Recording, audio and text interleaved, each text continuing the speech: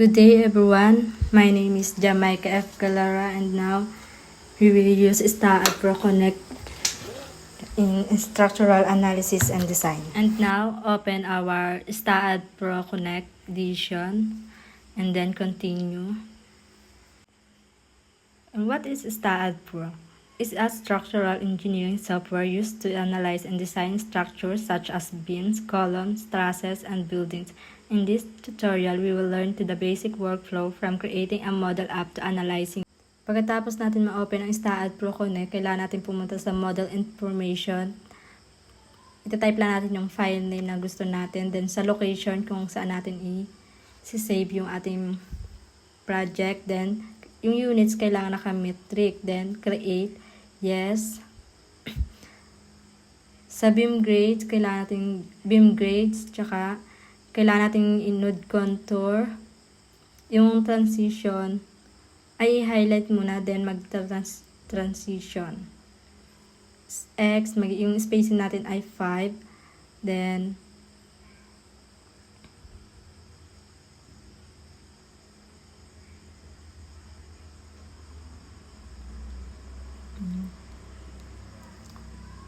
so ang spacing natin is 6, then number of steps 3, kaya length step okay.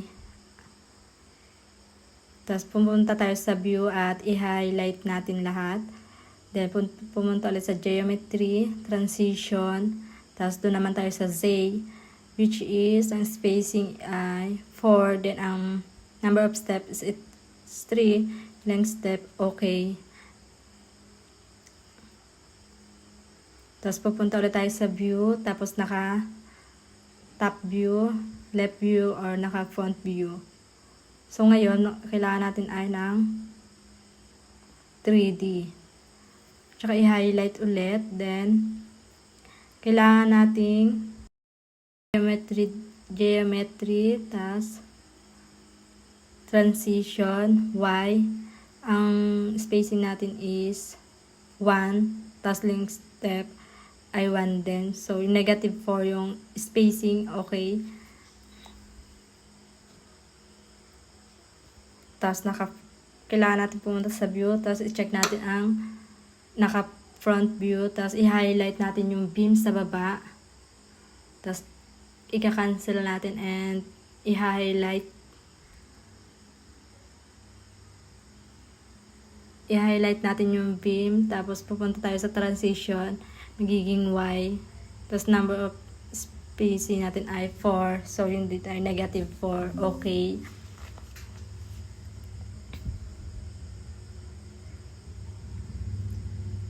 Tapos, view yung whole structures. Tapos, sa beam ay kailangan natin ng transition. Tapos, sa Y, 5 at negative 4 ang spacing. Magiging length step. Okay. Kailangan natin mag-i-whole display ang ating structures. Kaya hanapin muna natin yung structures. Kaya na whole display. Then,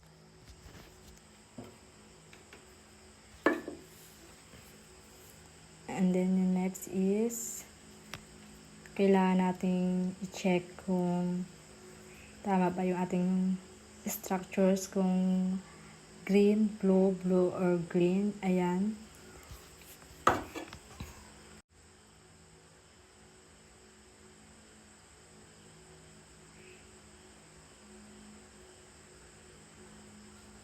Utils, beam tools, no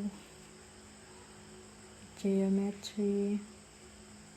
Kailangan natin i-highlight lahat. And then,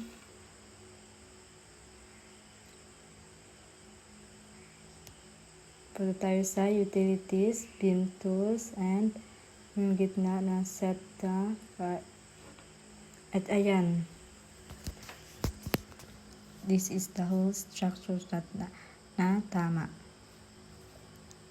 And then, i-highlight natin ang node. Kailangan natin naka-beam cursor.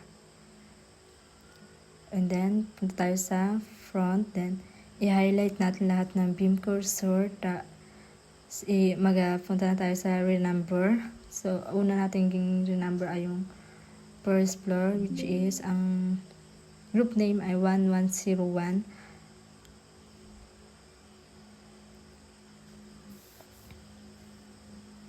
Ayan na. Ay, yun, tama yung ating pagka-number.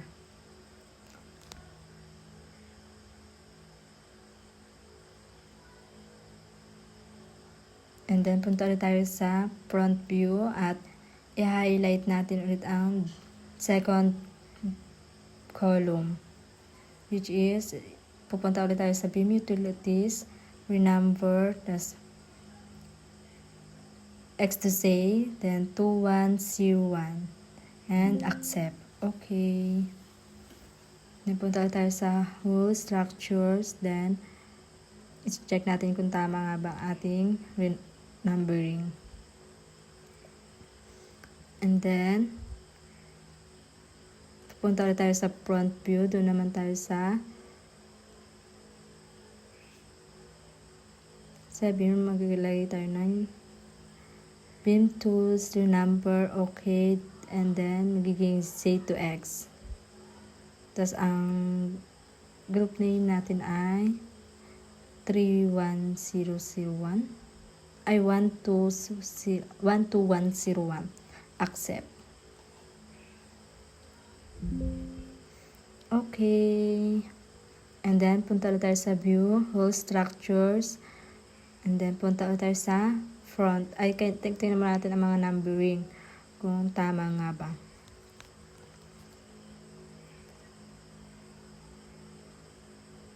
Tada!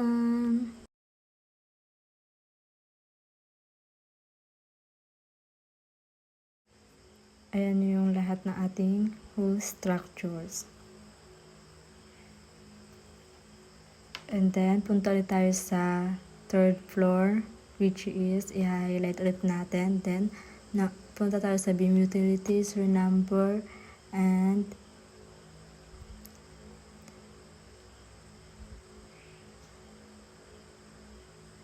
numbers, C to X.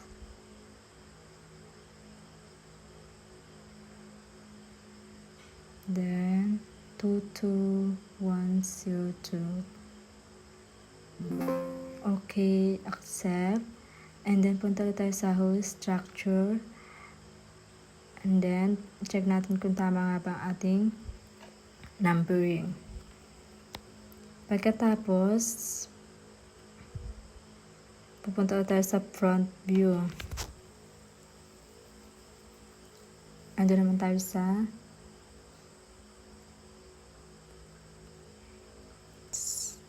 column. Then punta tayo sa Beam Utilities, then renumbering. Okay, then X to say, then ang numbering ay 101, accept. Okay, then ganun lang din ang ating process dun sa beam. Mula first floor, second floor, and third floor nating beam.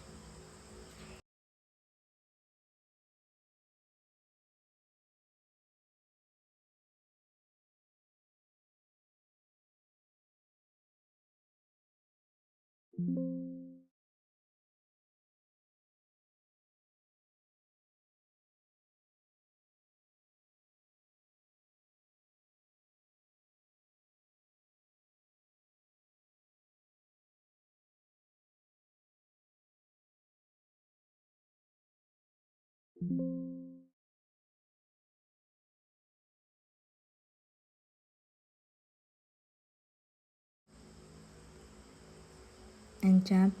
Pagkatapos natin ang whole numbering, punta naman tayo sa properties, then tapered kung yung beams natin ay, so ang beams natin ay ang steel, kaya ang tapered ay kailangan natin i-edit ng column. Kaya mga materials. Okay, is ayan, then tapered 1. Kailangan natin ang depth, so yung ating So, magde-define tayo ng section properties, suggested sections, column ay yung W14 times 90. Kaya i-convert natin sa mm na gamit ang ASIP books. Kaya ayan, ang depth, kailangan natin magiging m ang mm squared.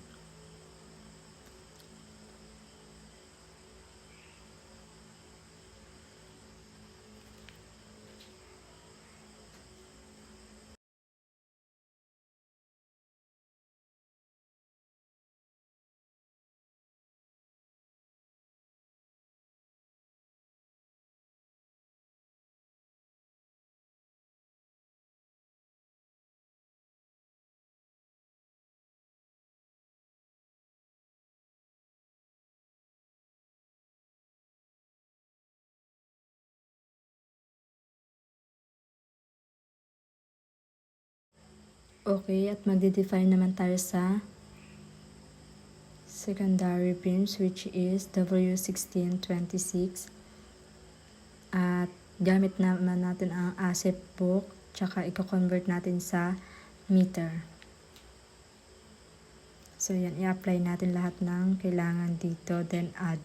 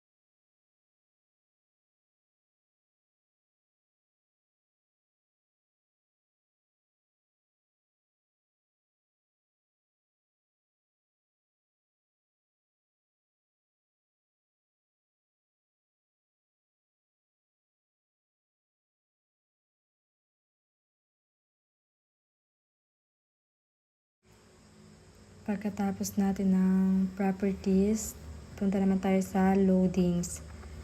Kailangan natin i-check ang mga loadings kung may error nga ba o wala. Then, yung sa uniform force, kailangan natin yung GY and kailangan natin i-assign.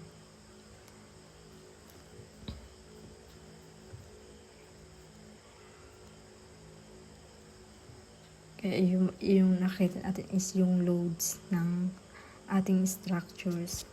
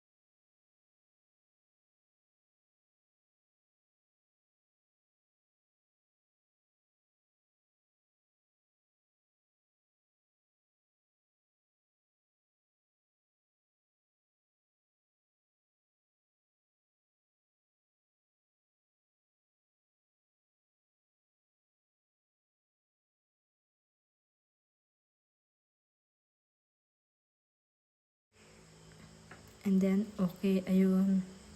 Karoon na tayo ng loads na generate.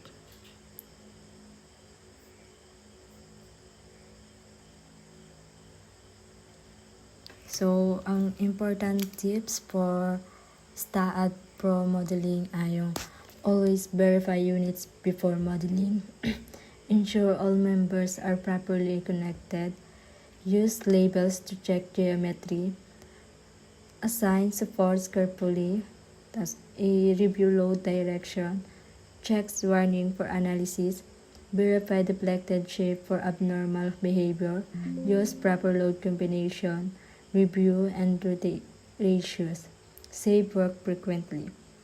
So this tutorial demonstrates the complete workflow in STAAD Pro for modeling, analysis, and design up to story.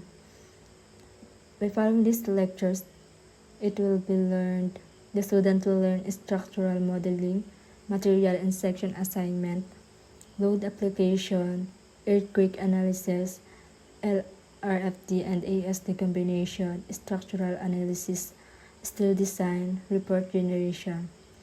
The procedures presented are commonly used in professional structural engineering practice for steel building design. And that's all. Thank you. Then check our STAAD Pro and our structural.